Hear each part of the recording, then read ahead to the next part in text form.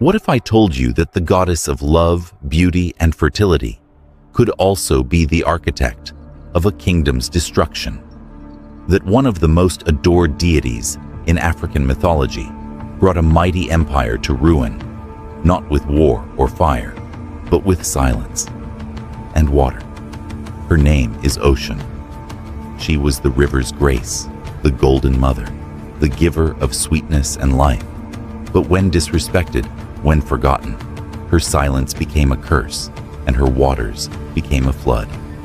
This is the story of Oshun, the goddess who cherished her people, and yet drowned their kingdom for its arrogance. The downfall of Asebele began not with a battle, but with a divine withdrawal, and a king, blinded by pride, sealed the fate of his land. But before the river vanished, before the wrath came crashing down, we must go back to when Oshun first walked among mortals, to the moment she rose from the sacred waters and became an Orisha, not just of beauty, but of power, mystery, and divine justice. So, sit back, because this is African Myths Unveiled.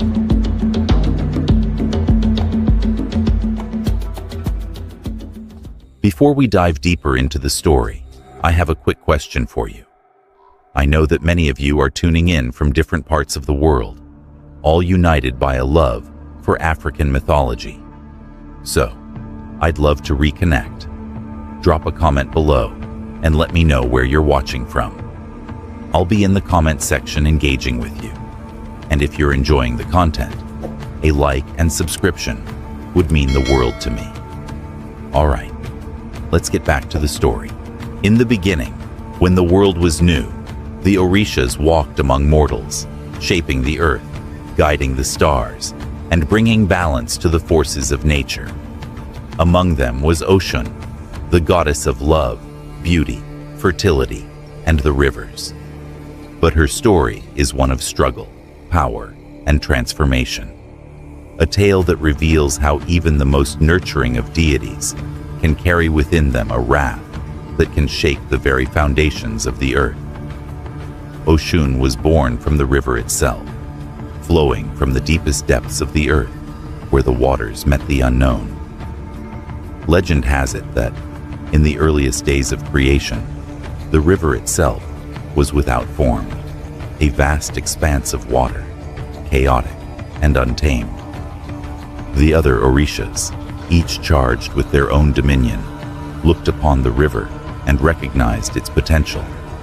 They saw that this water could bring life, fertilizing the earth, nourishing the crops, and sustaining all living beings. But it also held the power to drown and destroy, to flood the lands and wash away the very essence of existence. It was then that Olodumare, the supreme creator, spoke to the Orishas. From the river will come a being who will embody both the nurturing and the destructive forces of water. She will be a goddess who will carry within her the gift of life and the fury of the tides. And so, Oshun emerged, beautiful, radiant, and powerful. From the moment she was born, Oshun was destined to be different from the other Orishas, while others, like Shango or Ogun, wielded the powers of fire, thunder, or iron. Oshun ruled over the realm of water, love, and beauty. She was the river's heartbeat, its soul, its very essence. Her beauty was said to be unmatched, and her voice, like the sound of water flowing over smooth stones, was a melody that could captivate any soul. But Oshun's beauty was not just skin deep. It was a reflection of her immense power. She could bless the land with abundance, bringing rain to parched fields and joy to barren hearts. Women prayed to her for fertility. Lovers sought her for her wisdom, and the sick called out to her for healing. She was the goddess of life itself, the giver of both love and prosperity. However, as much as she embodied love and nurturing, Oshun was not a deity to be taken lightly. The people of the ancient kingdom of Asebele revered Oshun, and for good reason. Their prosperity, their crops, their wealth. All of it was a gift from her. When the people prayed, they would gather at the riverbanks, offering gold, honey, and beautiful flowers in reverence to her. In return, Oshun would bless them with abundant harvests, peaceful waters, and fertile lands. The goddess was worshipped as the heart of the kingdom, the one whose smile brought rain, whose tears could end drought, and whose love made all things grow. But there was an unspoken truth about Oshun, a truth that few understood or dared to acknowledge. The goddess of love was not just a nurturing mother figure. She was also a force of nature, capable of bringing about immense destruction when her balance was disrupted. She was revered and feared in equal measure. Men who sought her favor were often driven by their desire to gain her love, while women worshipped her for her beauty, her grace, and the promise of fertility she brought. One of the most powerful aspects of Oshun was her ability to control the flow of water. Rivers, lakes, and oceans were her domain, and the people believed that her power over water was a symbol of her dominion over the emotional currents of the human soul. She could be as calm as a river on a summer's day, or as violent as a storm at sea. To disrespect her was to risk facing the devastating consequences of her wrath. But despite all her power, there was one thing that even Oshun could not control: the human heart. And it was this very thing that would lead to the tragic downfall of the kingdom of Asebele. As the kingdom flourished, its rulers, blinded by their own arrogance, began to take Oshun's blessings for granted. The king of Asebele, King Odawale, had long grown complacent in his power. His advisors whispered words of pride, telling him that the success of the kingdom had nothing to do with divine favor. It was his own wisdom, his own strength, that had brought Asebele to its heights. Odawale, in his heart, believed them, and with this belief came a dangerous disregard for the goddess who had nurtured the kingdom's wealth. He no longer visited the sacred river to offer prayers. No longer did he pay tribute at her temples. In fact, there were whispers that he even mocked the goddess, calling her power superstition. The people began to feel the shift, but they were too afraid to speak out. They too had seen the once glorious river begin to wane. Its waters were not as clear, not as strong as they had been in years past. And yet, despite the ominous signs, they remained silent. They feared what might happen if they went against their king. But Oshun, the goddess of both love and vengeance, could not be ignored for long. Her patience, like the slow flow of a river, had its limits. And soon, the kingdom would learn that there were consequences to disrespecting a goddess who held dominion over life and death. The first signs of her displeasure were subtle.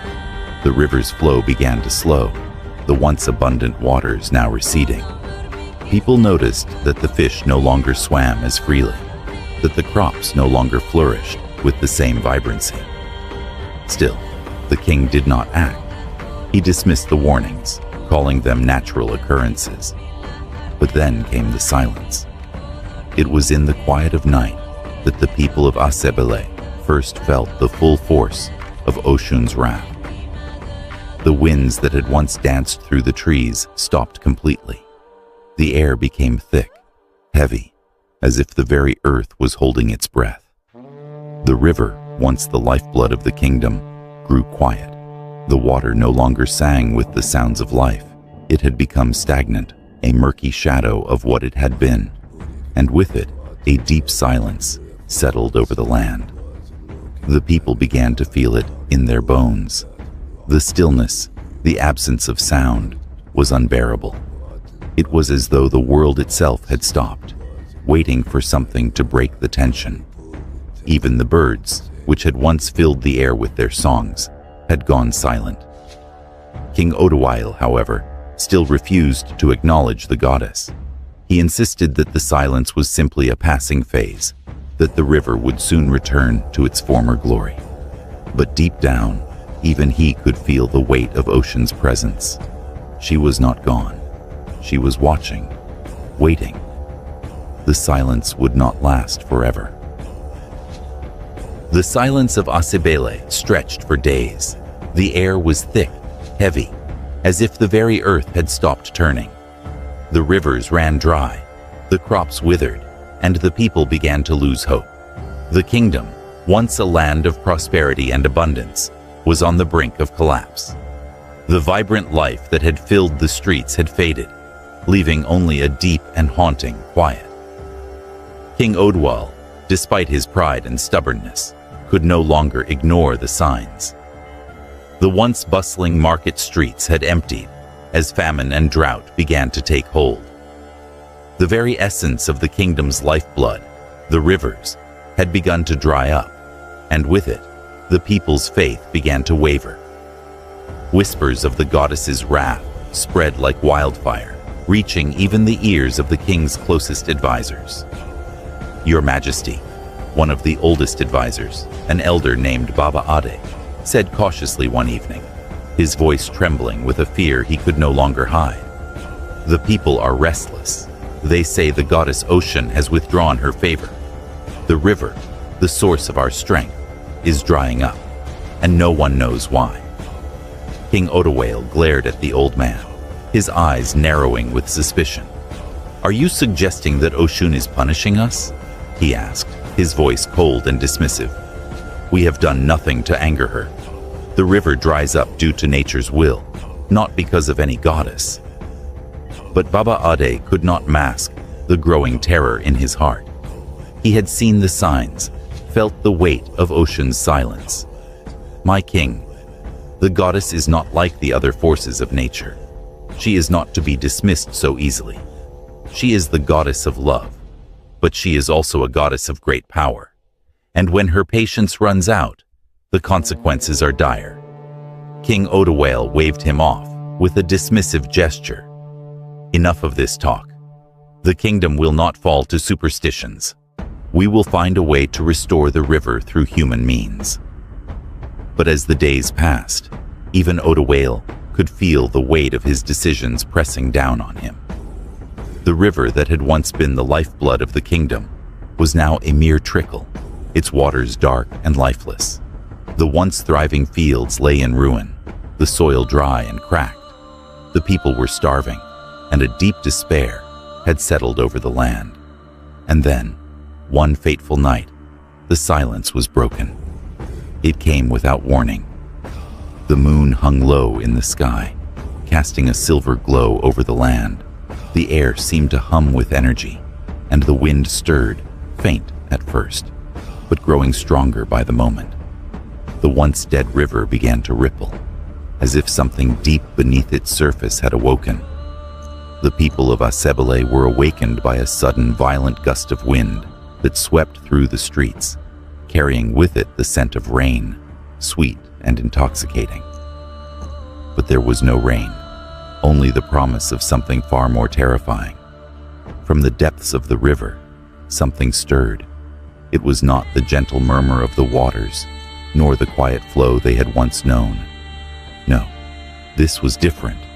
The water began to churn, turning black and foul, as if the very essence of the river had been corrupted. The once peaceful waters of Oshun now swirled with an ominous power, dark and untamable. It was then that the people heard it, the voice of Oshun. Her voice did not come as a whisper, nor as a cry. It was a roar, a deep, guttural sound that resonated from the very earth itself. It echoed through the streets of Asebele, shaking the buildings to their foundations. The sound of the river was no longer peaceful. It was a warning, and the people knew, deep in their hearts, that Oshun's wrath had been unleashed.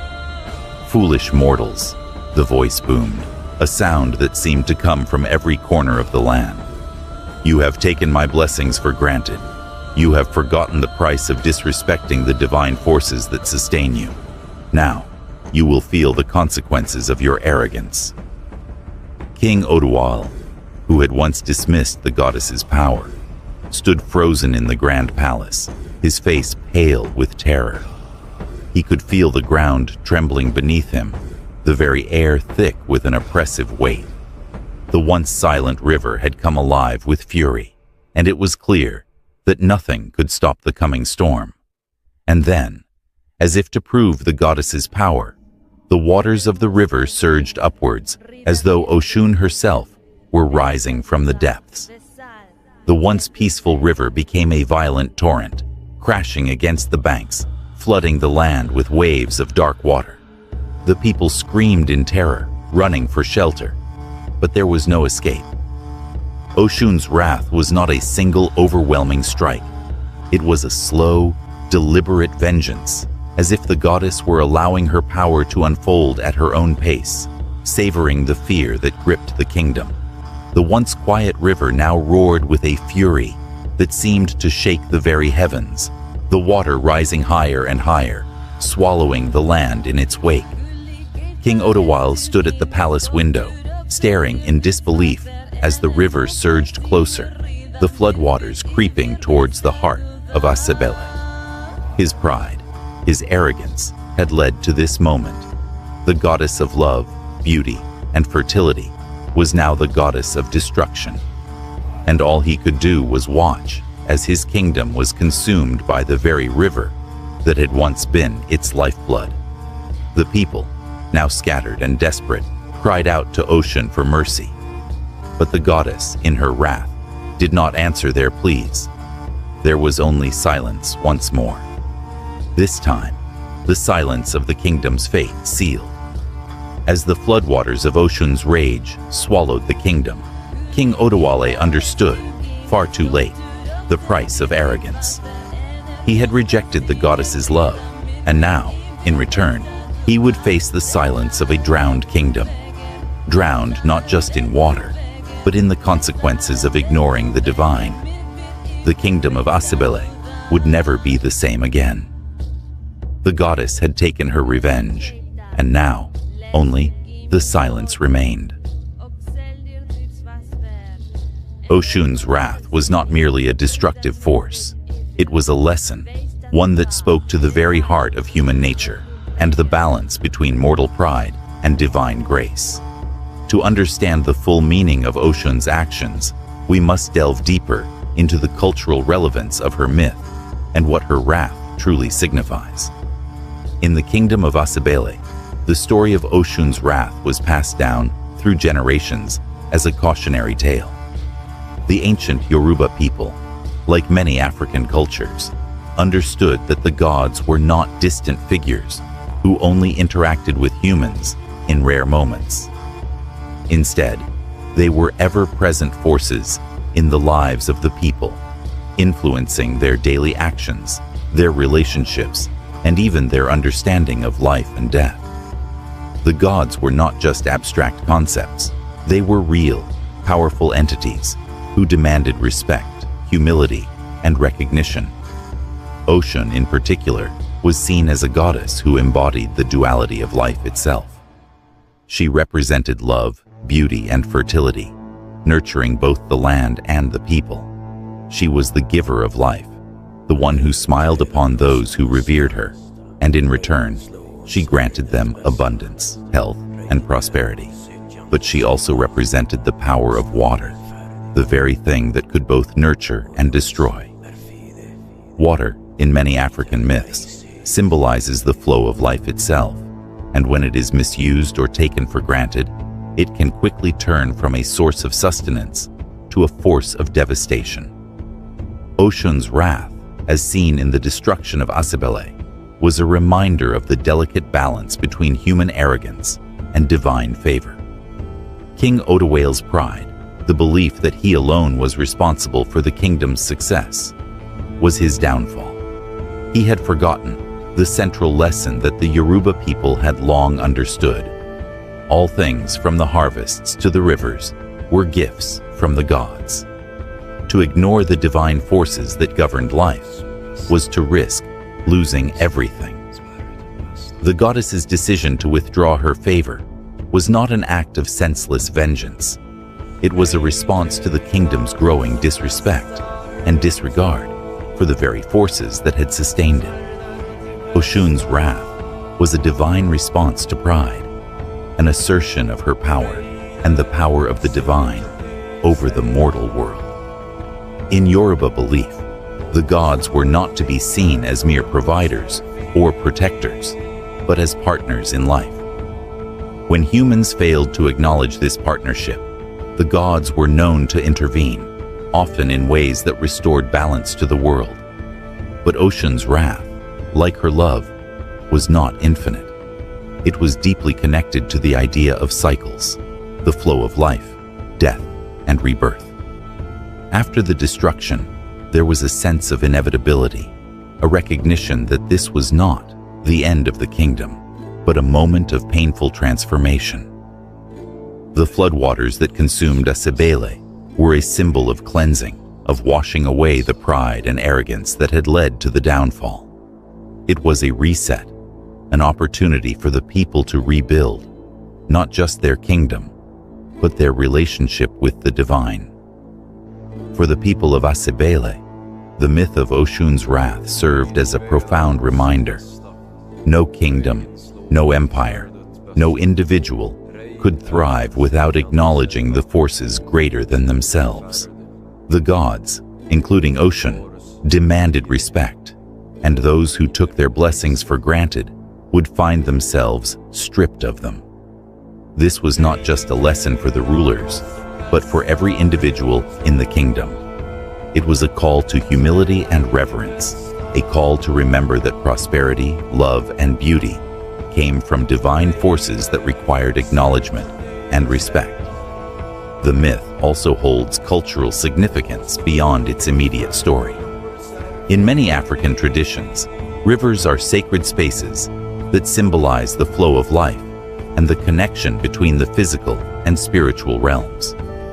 Oshun, as the goddess of the river, was seen as the conduit between these worlds, guiding the souls of the departed and ensuring that the flow of life remained unbroken. Her power was tied to the natural world, her ability to bring fertility to the land, to heal the sick, to ensure the rains came. But it was also tied to the emotional and spiritual currents of the people. Water, in African spirituality, is not just a physical element. It is deeply symbolic, representing cleansing, renewal, and transformation. The flooding of Asebele was also symbolic of the cleansing power of Oshun. It wasn't just about punishment, it was about restoration. The floodwaters swept away the old, but in their place, something new could grow. This was the essence of Oshun's dual nature. She could destroy, but she could also rebuild. The floodwaters were not the end of Asebele, but a painful beginning. The people, once they had paid the price for their hubris, would need to rebuild not just their kingdom, but their relationship with Oshun. They would have to learn the importance of humility, gratitude, and respect for the divine forces that sustained them. In this way, the myth of Oshun's wrath was a call to the people of Asebele and to us to recognize the balance between human agency and divine will. The rivers, the land, the very air we breathe, they are all gifts, and we are merely caretakers of them. To forget this is to risk losing everything. As the floodwaters of Oshun's wrath receded, the kingdom of Asebele was left in ruins. The once bustling city had been swallowed by the river, its buildings now little more than memories beneath the murky waters. The people, battered and broken, had learned the hard lesson that no amount of human pride or arrogance could ever stand against the power of the divine. But this was not the end for Asebele, for in the aftermath of destruction, there was always the possibility of renewal. The people of Asebele, now humbled, gathered at the banks of the river, their voices quiet but filled with reverence. They had witnessed the goddess's wrath, and they understood, perhaps for the first time, the importance of living in harmony with the divine forces around them. They began to offer their prayers once more, not out of fear, but out of gratitude, The river, once again, began to flow, its waters slowly returning to life. In time, the kingdom of Asebele would be rebuilt, not just in brick and stone, but in spirit. And Oshun, the goddess of love and rivers, would once again smile upon them. For she was a goddess of second chances. But this time, the people knew the price of disrespect, and they would never forget the lesson Oshun had taught them. The story of Oshun's wrath serves as a powerful reminder that the gods are not to be taken lightly. They are forces that shape the world, that influence the very fabric of life itself. And those who forget this truth do so at their own peril. Thank you for watching this deep dive into the myth of Oshun and the lessons she teaches us. What do you think about the wrath of Oshun? Do you think it's a tale of punishment or a story of transformation and renewal? Leave your thoughts in the comments below. I'd love to hear your interpretation of this powerful myth. And if you want to learn more about African mythology and the gods and goddesses that shaped it, be sure to hit that subscribe button and turn on notifications. Which African mythology would you like me to cover next? Let me know.